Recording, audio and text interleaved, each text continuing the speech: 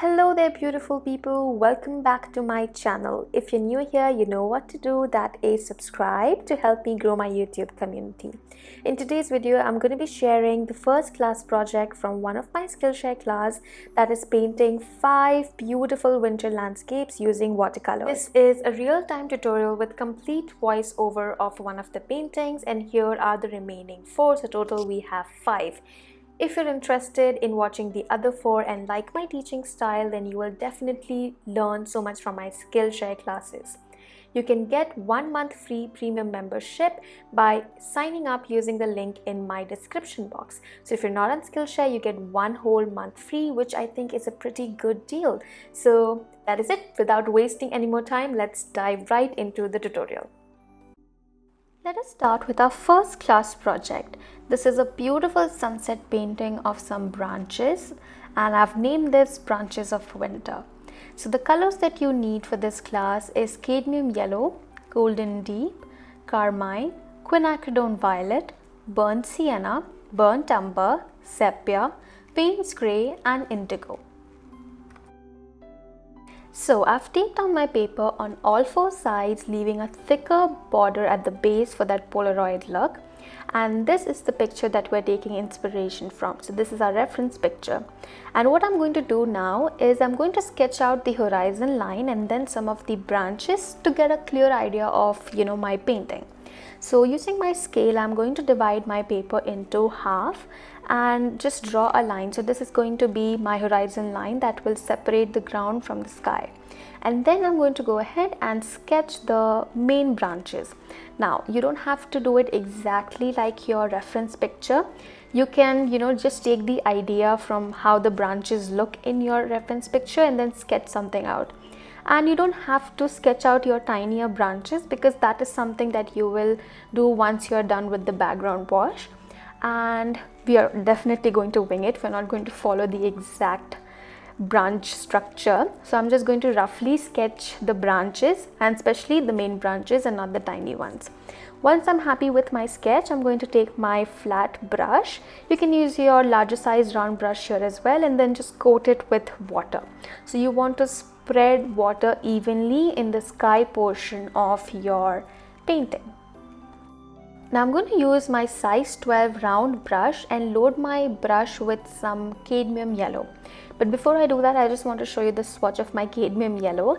So you can use any warm yellows that you have with you. That is completely your choice. You're free to do that.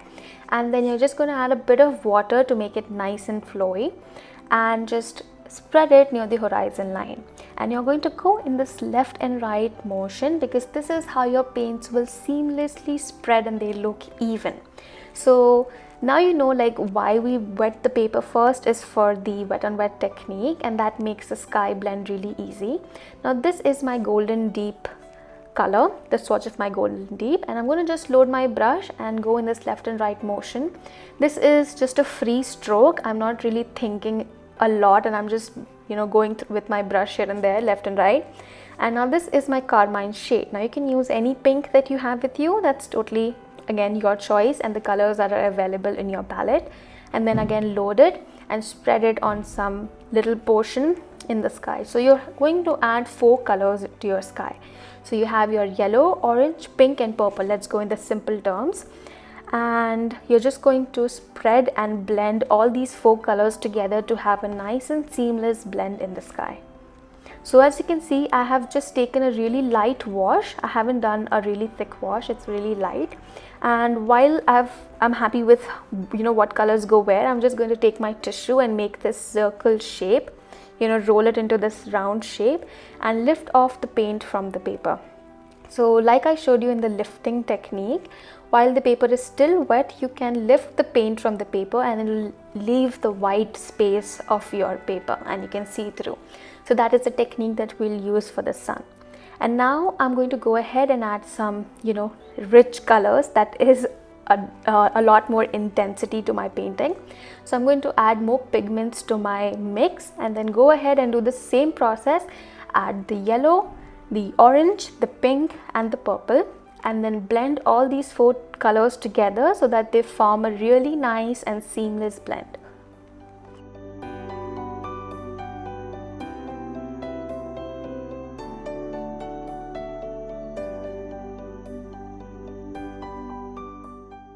I don't really put a lot of pressure on myself when I'm blending my colors. I let the water do its magic and I just go ahead and do this left and right strokes. But when I want to show like a proper blend between them, which shows like, you know, the orange is not completely separate from the yellow or the pink, so I just go ahead and add these tinier left and right strokes from, you know, the different directions, and then stop midway so that they look like little clouds in the sky. Not exactly clouds, but just, you know, that blend between these colors. So yeah, you're just going to go ahead and make these little left and right strokes to stop midway, just to blend all of these colors together. So don't really think so much, enjoy the process. This is a really fun wet on wet technique, and most of the times in wet on wet techniques your water does the magic and you just have to, you know, guide your paints to the direction you want them to go. So I've changed the size of my brush. I took my size 8 brush and went ahead and added a little bit of pink blobs as well. So again, left and right, stopping midway, making small strokes, and then I'm just going to slightly blend it because I felt it looked really pink compared to the rest of the sky, and just bring some orange down so that, you know, it doesn't look like a plain wash basically. And I just want some darker contrast to my paintings in certain places and a lighter wash in other places. So yeah, once I'm happy with the blend in my sky, I'm just going to go ahead and correct my sun. That is, I'm just going to lift off a little bit of paint. And so we're going to move on to the next step, which is we are going to add our far off trees, right? The trees and the bushes at the distance near the horizon line. So for that, I'm going to load my brush with some burnt sienna, and as you can see in the mix, there's not a lot of water in the mixture, right? There's a lot of pigment as compared to the water. Now why that is important is because in wet on wet technique, if you add paint with more water content, it's gonna spread out even more. But if you decrease the, you know, content of water in it and it's more thick with a lot more pigment, it's going to spread, but not as much. As you can see, it's not spreading as much as if my paint was really loose, it would spread a lot. So compared to that, it's spreading a lot less. So do add very little water to your mix, and then go ahead and just, you know, touch it near the horizon line. And like I said, the wet on wet technique is gonna do the magic for you, and your paint will seamlessly blend into the sky, creating this nice effect that, you know, these trees are really far off. You can't really see the details of each of these trees, but rather you can just see the shape. So like there's this huge bush or there's a huge forest near the sun. And yeah, make sure that you're doing all of this while your paper is still wet. We don't want our paper to dry in between our wet on wet techniques that we're doing. And I'm just going to show you the swatches of my burnt umber and the burnt sienna because I forgot to show it earlier. But yeah, so this is your burnt umber and your burnt sienna color. So now we'll be using our burnt umber color to add more contrast to the area near the horizon, or our forest near the horizon. So as you know, the area which is near or closer to the sun is going to, you know, have a lot more sunlight passing through it as compared to the ones in the left and the right side. So for that, again, I'm doing the same method, loading my brush with some burnt umber in a thicker consistency, and I'm just going to tap it near the horizon line, and the wet on wet technique is just going to do the magic for me. So it'll just seamlessly blend into the sky. Once I'm happy with that, I'm just going to lift off some more color from the paper using my brush, just like in the lifting technique that I showed you. So you're just going to dry your brush completely and make these little strokes, and then dry your brush again and then make the stroke again. This is just to show the rays of the sun. You can completely skip this step if you don't want to do it, or if you're not confident enough, but this is how you can easily show the glare or the, you know, sun rays shining through something. Now using my size 4 brush, I'm going to go ahead and add the trees that you can see the details of near the horizon. Now the paper that I'm going to work on is completely dry, so I've waited for this layer to completely dry, and that's when I'm going to go ahead and add the trees that you can see the details of, which are much closer to the observer. And you have to make sure that your paper is dry because you don't want it to spread into the background layer like we did before. So this is your wet on dry technique, right? So I'm just going to go ahead and make these little lines, you know, just to show trees and bushes near the horizon. It doesn't have to be perfect. I'm completely making random strokes and dots and lines like that. So you're just going to tap and extend your brush forward and try making little branches as well, and somewhere you just tap little dots clustered together. So there is no perfection. You can't really see, you know, each detail of your tree. You're just going to see some shapes that are a lot clearer to the observer's eyes. So yeah, we're just going to go ahead and do this, and I'm using the burnt umber color for this process, again because they are from the left and right side. And as I come closer to the observer, I'm going to change the color, and I'm going to use the burnt sienna color, like I said, because the sun rays pass through this, so because of which the colors appear a lot vibrant and lighter as compared to the left and the right side. Now when I come really close to the sun area, I'm going to add a little bit of orange to the burnt sienna, and using that deep brown orange color, I'm going to go ahead and make the little bushes near the horizon.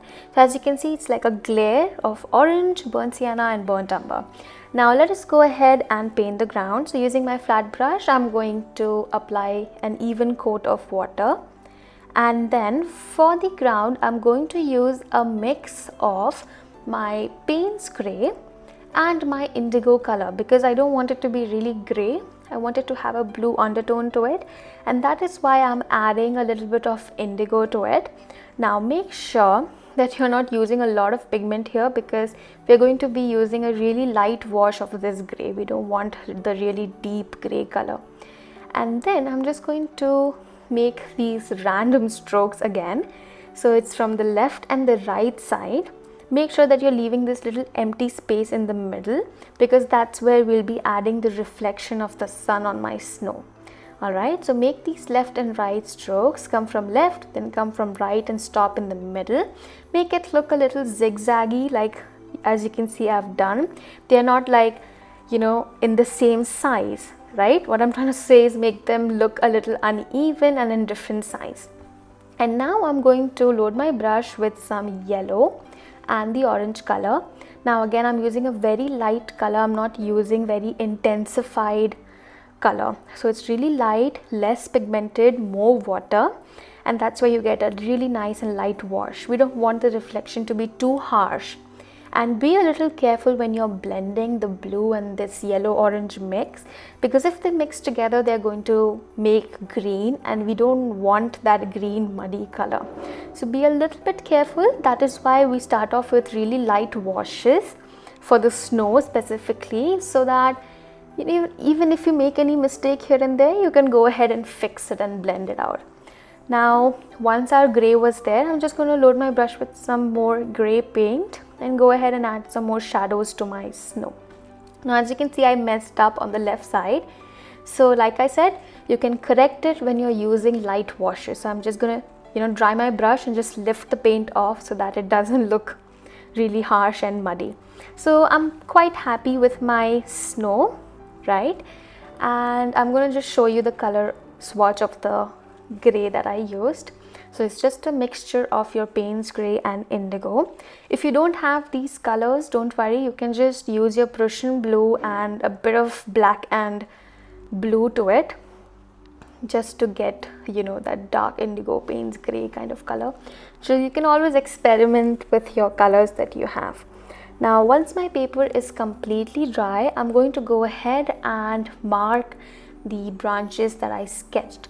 Now if you don't, or if you can't see the sketch, you can go ahead and sketch your branches again, and using your sepia color, you're going to go ahead and make these branches. But do be a little bit careful, because we are going to play around with the lights over here. So as the branch comes closer to the sun, like I said, light will pass, you know, more through that area, so it'll appear a lot lighter in color. So it's going to be a brown branch, but when light is passed through it, it'll appear more orange, you know, that sort. So that's exactly what we're trying to depict. So as I come closer to the sun, I added a little bit of my burnt umber on the color on my brush and then just made the branch. And as I come even closer to the sun, I'm going to use my burnt sienna color and make these branches. So you just have to be careful around this little circular area near your sun. Other than that, all the other areas can be made with your sepia color. And the strokes, again, I asked you guys to practice your brush movements is because of this. I want you to have a good control over your brush. You know, you should be able to make thicker strokes and thinner strokes with the same brush without having to change your brushes. And that is why even having good brush plays an important role, but I'm just trying to get you guys to practice with one single brush that you have. So yeah, all you have to do is press your brush a lot when you're making the thicker sections of your branch, and be really light-handed when you're coming to your thinner strokes, right? And they're very random. Don't stress out about making your branches look perfect, because they're not perfect. There is no perfect branch. So you can really play around with this branch thing that we're going to do now. It's really fun, honestly. It's really fun and therapeutic. So you're just going to go ahead and make these little strokes. One more thing when you are painting branches is that you should have a good grip on your brush. So when you're making these branches, what really helps me is holding my brush like 90 degrees to the paper, as you can see, or perpendicular to the paper, and then having a good grip on it. You're holding like you're going to hold a pencil. So this gives you a really nice grip, right? So how you'd hold a pencil, you'll exactly hold your brush like that. Just leave that little space, obviously. Don't hold it really close to the brush. And yeah, that really helps. So just keep that in mind and make these branches. Now we are going to go ahead and add those little leaf details that we saw in our reference picture. So you can just extend your branches out and make these little clustered dots together. Alright, there is no perfection in this involved. Alright, there is no perfection whatsoever. You're just going to extend your branch out and make these little dots. So just, you can look at the reference picture, by the way. I have attached it in the resources part of my class, so you can download each of these reference pictures so that you can see it for yourself as well. Or you can just wing it. If you're just having fun, then just, you know, go ahead and not think so much and just do it. Alright, so all these branches that I'm making, I'm just extending some tinier branches out of them and just making these little dots.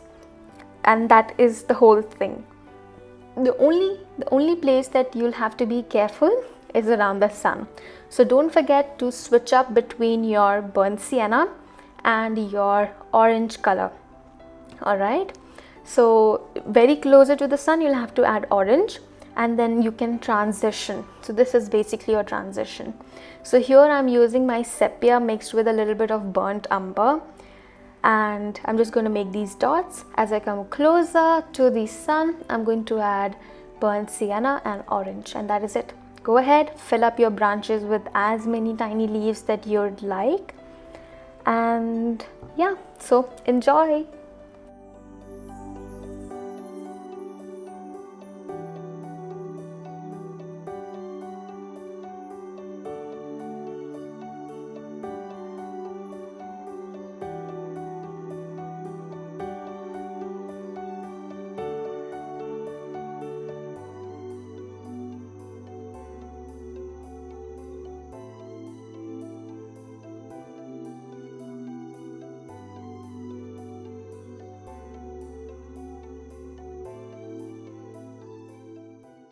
I will be increasing the speed of my video for the next few minutes, and at least until when I'm making these branches, because the process is very repetitive. So yeah, if you think I'm going fast, you can always decrease the speed. You can change the speed of the video and then go slow if you think I'm going too fast. But yeah, so this is a repetitive process, so I'm just going to increase the speed now.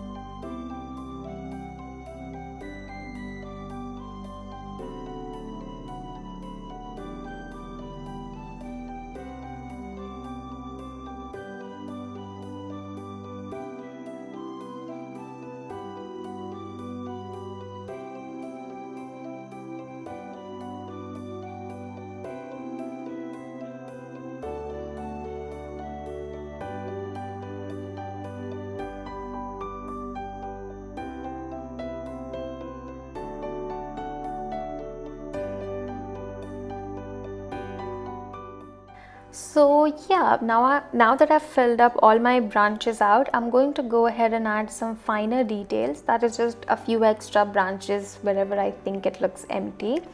And that will be the end of your painting. So if you're happy with how your branches look, you can just stop right here. I just wanted to add a few little details here and there just to make my branches, not look completely out of proportion.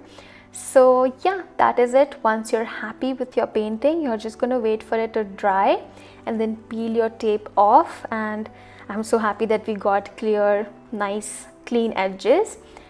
And that is it. I think the painting looks really beautiful. It was really easy to paint since it was our first class project, but I think it turned out beautiful. Imagine standing under this tree and watching the sunset. Beautiful, right? And that is it. I will see you in the next YouTube video. Thank you so much for watching.